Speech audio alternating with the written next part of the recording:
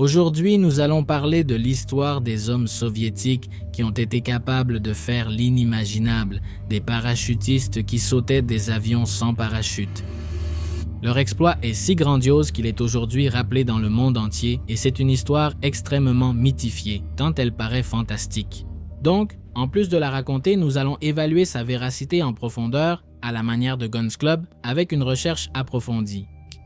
Je vous dis d'avance que l'histoire a de grandes chances d'être vraie, même si elle comporte quelques nuances, alors je ne vous fais pas perdre plus de temps, installez-vous confortablement, préparez-vous pour une histoire intéressante et bien sûr, soyez le bienvenu au Guns Club. Être parachutiste est probablement le travail le plus difficile de la guerre. Aller à des centaines de kilomètres à l'heure puis sauter dans le vide en plein territoire ennemi, c'est quelque chose d'absolument incroyable que seuls les plus courageux sont capables de faire. Mais parmi tous les parachutistes de l'histoire, les Soviétiques ont probablement été les plus impressionnants. En fait, ils ont été les premiers à créer des unités aéroportées militaires en 1930. Les parachutistes, pendant les phases précédentes et au début de la Seconde Guerre mondiale, étaient déployés depuis des bombardiers TB3. Ceux-ci, n'ayant pas de grandes portes, obligeaient les parachutistes à, sin chocar con la cola por supuesto, montaient sur les ailes robustes des TB3 en vol et se tenaient à des rampes spécialisées fixées au fuselage. C'est exact, ils voyageaient à l'extérieur de l'avion. Ils étaient exposés à des conditions de moins 40 degrés, mais la faible vitesse des TB3 et l'équipement pour le froid rendaient tout cela possible. Cette information sera importante plus tard.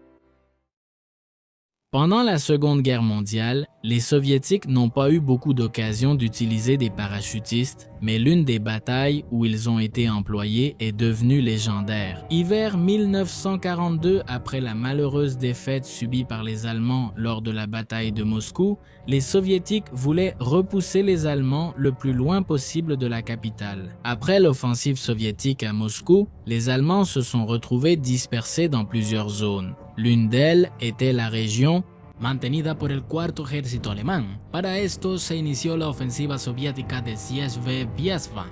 Hablar de esta operación es un tema extenso que tomaría más de los 10 minutos habituales, así que, en síntesis, esta larga batalla fue toda una carnicería del lado soviético. No se sabe cuántos caídos hubieron, pero fueron números similares a los de Stalingrado. Parte de la ofensiva soviética consistía en el uso de fuerzas aéreas transportés, la première fois qu'ils ont été utilisés de manière intensive du côté soviétique pendant la Seconde Guerre mondiale. Ces troupes ont été déployées à l'ouest de Vyazma pour détruire toute voie logistique ou de communication qui alimentait la 4e armée. L'ennemi continue de débarquer des troupes aéroportées à l'ouest de Vyazma. La route et la voie ferrée Smolensk-Vyazma n'ont pas encore été dégagées de l'ennemi. La situation pour la 4e armée est très grave, constata le général Franz Halder à propos de la situation sur le champ de bataille à ce moment-là.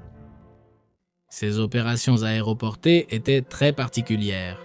Lorsque l'Allemagne a attaqué l'Union soviétique, elle a détruit autant d'aérodromes que possible, détruisant une grande partie des bombardiers et des avions de transport de parachutistes, si bien que pour beaucoup de ces opérations, on a utilisé les lents TB3. Cela a entraîné un taux de mortalité très élevé lors des missions et une précision très faible. À un moment donné, une attaque contre l'infrastructure logistique plus au sud, à Yelnya, a été nécessaire. Cette attaque devait être très précise et rapide, car les défenses étaient solides et il n'y avait pas de temps pour se regrouper. Il n'y avait pas d'autre option qu'un déploiement précis de parachutistes, c'est pourquoi une approche très originale a été utilisée pour le rendre possible. Les TB3 pénétreraient en territoire ennemi à une altitude normale, puis, en s'approchant de l'objectif, descendraient brusquement à 15 mètres d'altitude, frôlant presque le sol et les arbres. On cherchait à ce que la zone de déploiement soit un champ libre et plat qui, à cause de l'hiver rigoureux, était recouvert de neige. Les TB3 des avions particulièrement lents voleraient à 50 km/h le plus bas possible au moment où les soldats sauteraient au sol sans parachute. Grâce aux grandes couches de neige dans les environs, la chute des parachutistes a été amortie et ils ont pu entrer immédiatement au combat. C'est ainsi que s'en souvient le lieutenant allemand Ivan von Huber, qui dans son livre Attention parachutiste a exprimé « Je manque de mots pour exprimer mon admiration pour ces hommes ».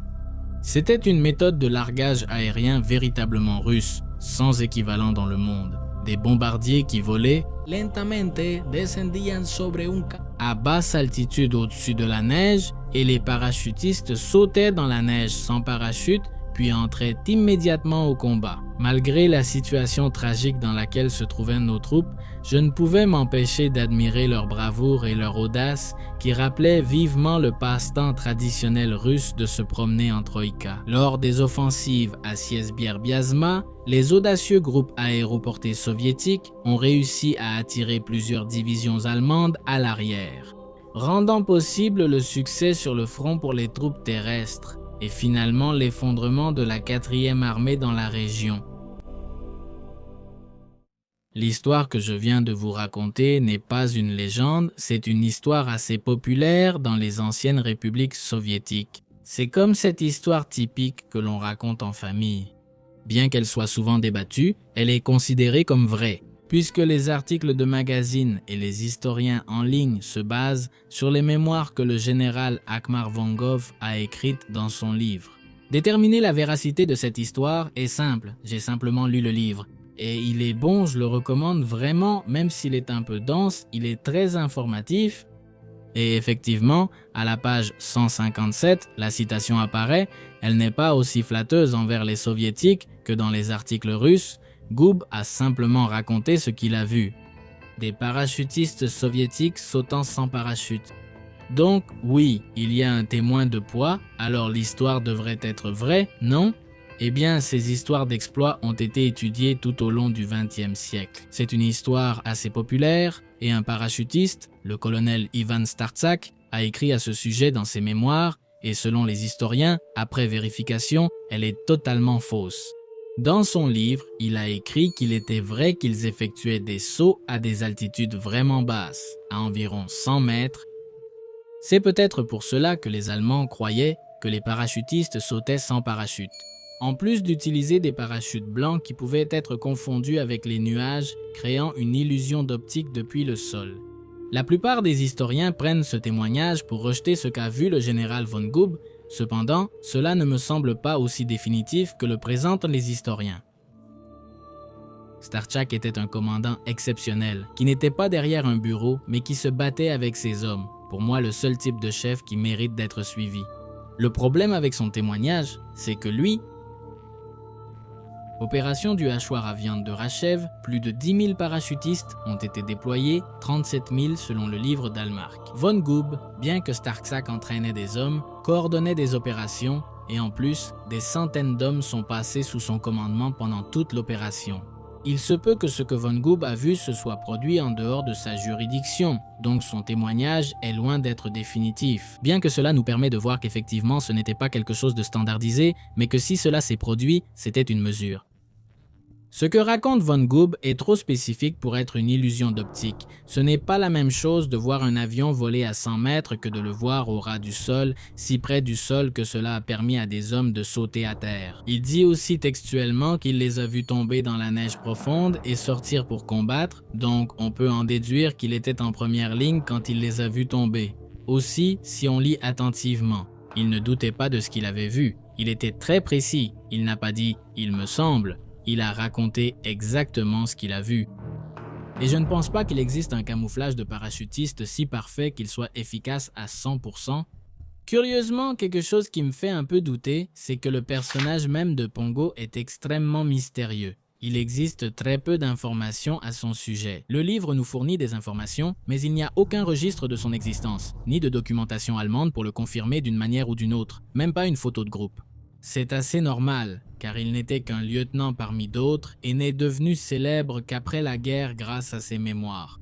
Mais même son livre est étrange, car je n'ai pas pu trouver de version originale en allemand du livre qu'il est censé avoir écrit. La version la plus ancienne que j'ai trouvée était une traduction soviétique qui, je le soupçonne, pourrait être davantage un recueil de ses mémoires qu'un livre qu'il aurait écrit lui-même. Von Gogh pourrait très bien être un personnage inventé ou ses mémoires pourraient avoir été utilisées comme propagande en Union soviétique, même si, en raison de mes limites, nous ne pourrons pas le savoir à travers cette recherche.